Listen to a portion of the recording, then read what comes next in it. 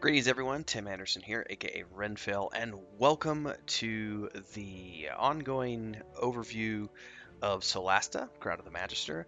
I've done a couple of little videos leading up to this one. I did kind of a very brief, quick overview when I first got the game in early access and was like, wow, this is amazing. Then I did a character creation video where I further expounded upon how cool I thought the character creation process was. And now I'm going to be diving into more of a general overview about the game, why I think you should pick it up, especially knowing that as of a couple days ago, I'm recording this video on April 16th. I think it was like 2 days ago, 3 days ago, they announced that version 1.0 is coming on, let me double check this, I'm pretty sure it's May 27th. Yes, release 1.0 is scheduled for May 27th, which is the release that basically covers all of the content that they promised in the Kickstarter, which is pretty amazing for this small indie team that has produced this game. So I'm going to dive in and talk a little bit more about my experience in this game. I definitely think it's worth picking up. I don't wait for a discount. I think it's worth picking up for full price. Support these guys. It's an amazing game. There are some areas where it's a little rough around the edges, but it doesn't really matter to me because the ideas that they present are so cool in a couple of areas that I think it's a great first step in those directions. And I'm sure as time goes on, we'll see more polish get added and so on and so forth as they patch the game and get deeper into things. So without further ado, let's dive into my full overview of Solasta, Crown of the Magister. So, if you are someone who loves RPGs in the vein of Baldur's Gate 1 and 2, Icewind Dale 1 and 2, the Pillars of Eternity games, Dragon Age Origins, that kind of stuff, even we can even go to like Fallout and Wastelanders, like the original kind of top-down isometric, 4 to 6 party game. This is going to be something you love. Now, I make this same complaint. This is my only complaint in general. I make the same complaint about like Baldur's Gate 3 or other games. I am a big fan of the 6-person party system. So when I'm allowed to have 6 people in my party, I'm a happy, happy, happy gamer. 4 people in my party, it's fun, but I still feel little limited, excuse me. But that's because I harken back to the original Baldur's Gate 1, 2, Icewind Dale 1 and 2, and those games always allowed you to have 6 people in your party. So I prefer 6 people in your party. But that being said, 4 people in your party's not that big of a difference. That's more of a semantic thing for myself. It's easy to get past. So I've already done the character creation video, which I think the character creation process is really amazing in this game. But one of the things that I think this game does really well, that I think they do it better than any other game I've ever seen, is the idea of when your character starts, kind of, you get the choices you make during character creation lead you to having these different personality traits, and those affect your character. And when you get into the intro of the game and your characters all meet up in the tavern and you find out that you're all there to answer this summons, the thing that I really love is then it immediately then jumps into this 4-part tutorial where it then takes you through the path that each one of these adventurers went through in order to reach this tavern, or this little adventure that happened to them along the way. And it gives you a chance to jump in, and it teaches you the mechanics of the game in a very unique way, where you're going through with each individual character and learning, okay, so this is what this character can do, this is what this character can do, this is what this character can do, and these are how things like climbing, jumping, pushing rocks out of the way, opening up secret entrances and all that stuff, that's what this all looks like. I think this is one of the more unique tutorial systems I've ever seen in a game. And I would imagine that if other companies pay attention, this is something that will get picked up on and probably expanded upon by a AAA studio at some point. But it's a great system. I love the way they threw you in. And of course, I'm partial to the meeting in a tavern. I think that's amazing. Look at the Dragonlance Chronicles. That game starts off in a tavern. Every great D&D adventure starts off in a tavern. So I think it's a really cool throwback to the classic tabletop games to have your actual adventures start off in the tavern. So kudos to this team with Solasta, because it's a great way to start the adventure. Now, there's a lot of stuff going on in this game. Some of it you're going to be familiar with. If you've ever played a turn-based game with a grid system, the combat is going to be very familiar to you because it's not a system that's being really expanded upon too much. So you've got grids. Each character has a certain amount of space that they can move within, a certain amount of grids they can move through. You can use dash to move further. But one of the really interesting things about this game is they've got flying and climbing. And the first time I saw the climbing where you had a mob that came up and was literally like hanging on the side of a wall. So there's a vertical surface and then the horizontal surface. So my characters are up here on the how do I do this right? Yeah, this way. My characters are up here on the horizontal surface, and then you've got the other characters, the bad guys, who are hanging onto this vertical surface. And it really has there's some cool things you can do there because if you can manage to knock them off their perch and they're high enough up, they'll fall down and take damage, and in some cases, they'll die from taking too much fall damage. And the same thing applies to flying.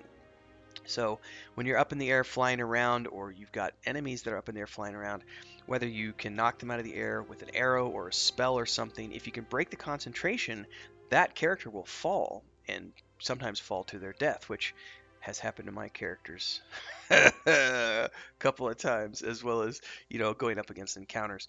So there is some stuff that kind of breaks away from the traditional grid-based, tile-based system because there's verticality to this game, which means you can, climb up surfaces and so on and so forth. Now, I haven't seen it be to as great of an effect as, say, Baldur's Gate 3. I know in Baldur's Gate 3, if you're higher up, you have greater range. If I'm not mistaken, you have greater range and you do more damage with ranged attacks and so on and so forth. I'm not sure. I haven't really paid attention to all the dice rolls on this, so I'm not sure how much of an advantage you get from being up high. But I do know that in terms of just the verticality of the game, it allows you a lot of different options for sneaking into various areas and surprising the mobs when they're in combat. So that aspect of the game is quite entertaining. In terms of being able to explore the environment and use the verticality to your advantage. Now, beyond that, I think one of the cooler aspects of this game for me is the travel system. And I don't have a ranger in my party at the moment. So I know that when you have a ranger in your party, you can take advantage of certain terrain surfaces. It's easier to travel, you get more rations, so on and so forth, or at least that's what the tutorial explained to me. My character does not have a ranger in the party though, so I haven't seen that yet. But the thing I love about the travel system in this game is that you have options to whether or not you choose to travel fast, slow, normal, and depending on how quickly you travel depends on the risk level, as well as how many resources you find along the way, and how many chances you have to rest along the way. So it kind of allows you a little bit of flexibility to say, well, I don't have that many rations left, so I need to try to get back to town as quickly as possible, because every time you rest, you use rations. Whereas if you're, full up on rations, you could take your time and go slow as to avoid some of the combat scenarios. But I've really been enjoying the in-depth nature of the combat system, the travel system, so on and so forth.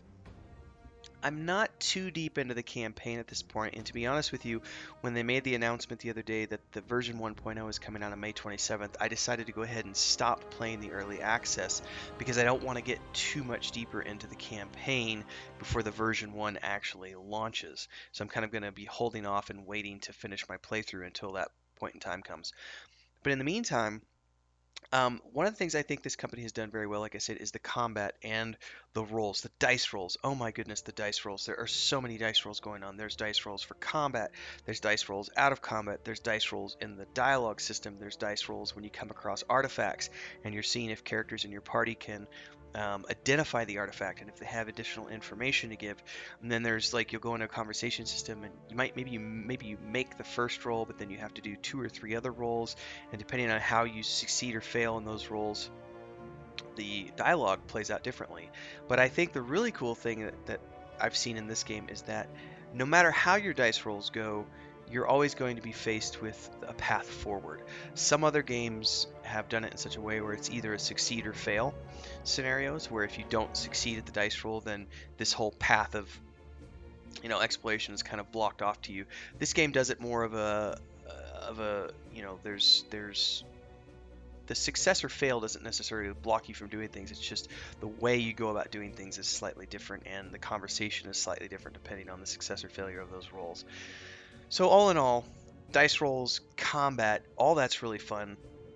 I also like, they've done a good job with the animation scenes. Um, I do feel that the dialogue and the voice acting is a little on the indie side. Let's just put it that way. But it doesn't take away from the story for me at all. I'm still enjoying it. But in all fairness, looking at that, as that's one of the things where I think that you can definitely see that this is an indie project in terms of just the quality of some of the writing. There was one point I remember I laughed really hard because you're in this dungeon and there's these magical, um, basically fountains kind of thing, where you can push these blocks of or things into this fountain and it'll push it upwards. So it's this vertical movement of magical energy that pushes things upward. And one of the characters in my party was like, said something along the lines of, "Well, I hope better not take a dump in that." And I just was kind of like, that just felt really cheesy to me. But apart from that, like I said, um, again, this is a great project. It's a little rough around the edges in some areas, but for a Kickstarter project from an indie team, I think it's well worth every penny spent on the early excuse me, on the full product.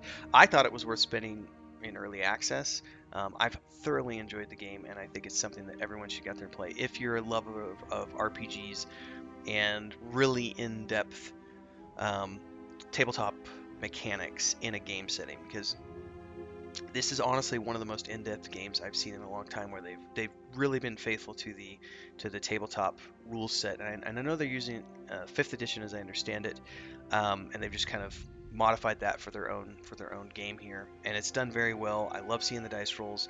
The other thing too is like the jumping mechanics, the climbing mechanics, all that stuff is really cool, where your characters can move around and take advantage of all the different spaces and how different characters can traverse different distances depending on stats and how certain people can do certain things because they're strong or dexterous or whatever the case may be. So all in all, if I had to give this a 1 to 10 rating, I'd put it at a solid 8, 8.5. The only things that take away from it for me, again, are things I've talked about in previous episodes, like there's a lack of voices for the characters. You only get a handful of voices to choose from. And some of the things that are a little rough around the edges, like the writing style and some of the voices, but it's not that big of a deal. It's such a good game. You can get absolute enjoyment out of it despite all those things. So pick it up. Let me know if you like it in the comments below, and hopefully I'll see everybody else as we continue the adventure once the actual full version is launched in May, at the end of May. Again, the full version looks like it's coming out. 1.0 release is scheduled for May 27th, according to their official social media channels. So that's the Kickstarter version of the game with all of the things that they promised to people in the Kickstarter. It's all in the game, ready to be launched. So kudos to them for doing it right, and I look forward to seeing what else this game is going to have for us as it continues to go from launch onward, and what else this company is going to do in the future, because this is a great game, it's a great start, and I think there are exciting things moving forward. Thanks everybody. If you haven't already done so, make sure to subscribe to this channel and hit the bell icon so you get updates for all the future content I do. And of course, don't forget to check out all the links below to go over to Solasta's page, as well as over to our Discord, Patreon, TikTok, and all the other places where we do fun stuff throughout the week. So thanks everybody. See you next time.